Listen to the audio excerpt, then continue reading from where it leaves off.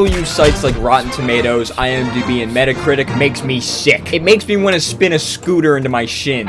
Most of the time, it's utilized in just a few ways. Box office nerds usually use it to look for trends. If a movie has high scores, then it probably did pretty well in the box office. Studios can sometimes use it to market their movies. Hey look, our movie got high scores. It has to be good, right?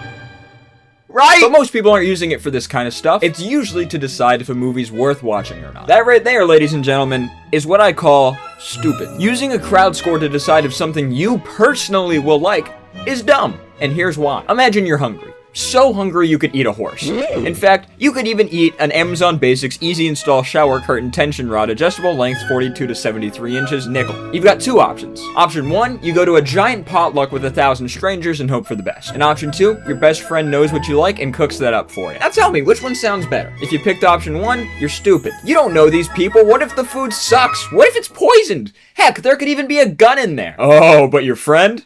Oh, your friend can cook. He knows that your favorite dish is fish sticks with a side of mayonnaise that's a little bit too liquidy put into a jar. And just because of that knowledge, all of a sudden, one person becomes a lot more valuable than 1,000 different people. And it's all because of a sense of familiarity. Let's do a little exercise. I want you to name one single critic who writes for Rotten Tomatoes. Just one. Just one.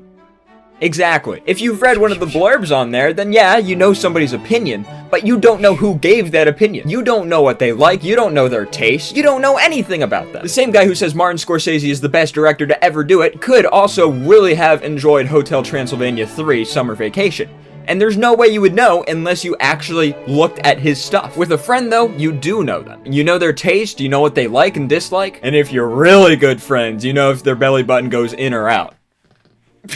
If somebody you know well recommends a movie, then you can kind of infer if it's a good suggestion or not. Take me and my dad, for example. We call him Big M around these parts. If he recommends a movie I've never seen before, I can look at what his opinions are on other movies he's watched in the past, and if I agree with those, I can guess that I'll either like or dislike the suggestion he just gave. On the other hand, if someone says their favorite movie is the 2019 Cats, and then they suggest a movie for me to watch, I'm not watching it. I'm not. I would rather eat a bucket of nails than watch that abomination. I'm pretty sure James Corden was also in the 2019 Cats. Yep, he played Bustopher Jones. Yeah, no, I'm not taking a suggestion from that person. The best part about all of this, though, is that it doesn't need to be somebody that you physically know. I use my dad for the example, but it could be any random person online. It could be a YouTuber, it could be somebody on Letterboxd. Heck, if you were able to name one of those critics that writes for Rotten Tomatoes earlier, they can work too. You do have to keep in mind, though, that it's not an exact science at all. Sometimes the person who recommends banger after banger can get one wrong, and other times the person who recommends Cats 2019 can actually recommend a pretty good movie. But what's good about that is that if you disagree with that person you typically align with,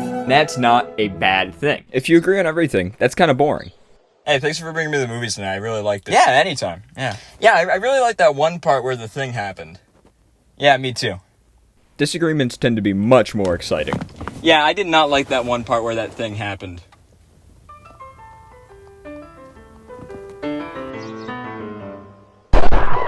The only other major issue with relying on these sites is that you might skip a movie you would have loved just because the score was low. These are the kind of movies that are absolute garbage, but you still enjoy. A good example is what I would call a nostalgia movie. You know, it's the one you watch when you're really young and you think is awesome, but then you rewatch it later and you're like, wow, this is actually terrible. To you really enjoy it, but most people would say it's crap because they don't have that personal connection to it. This is why I think it's important to differentiate good movies from favorite movies. Good movies usually have a few things. High production value. They have quality cameras, good writing, acting, music, things like that. You know, good production value. Good examples are The Godfather and Interstellar. The next thing is that public opinion of these movies is typically pretty darn high. Think The Godfather and Interstellar, for example. And finally, it usually has some sort of accolade, like an Academy Award or something like that. Think The Godfather and Interstellar, for example.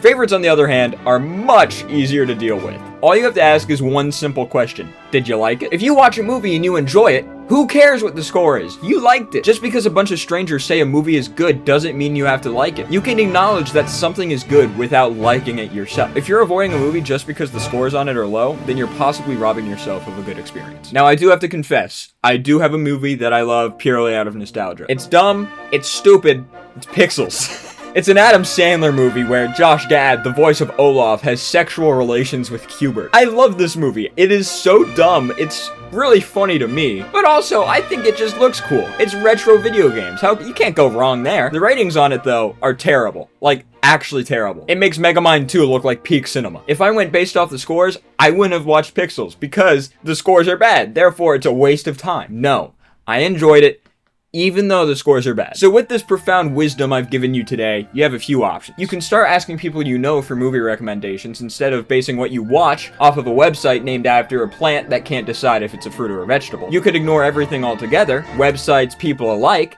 and just watch whatever happens to be on. Or, if you really want to, keep trusting the hive mind. I'm sure the thousands of people will never lie to you. So, you can eat the blue pill or the red pill. Either way, I filled them with laxatives, so you are going to poop your pants.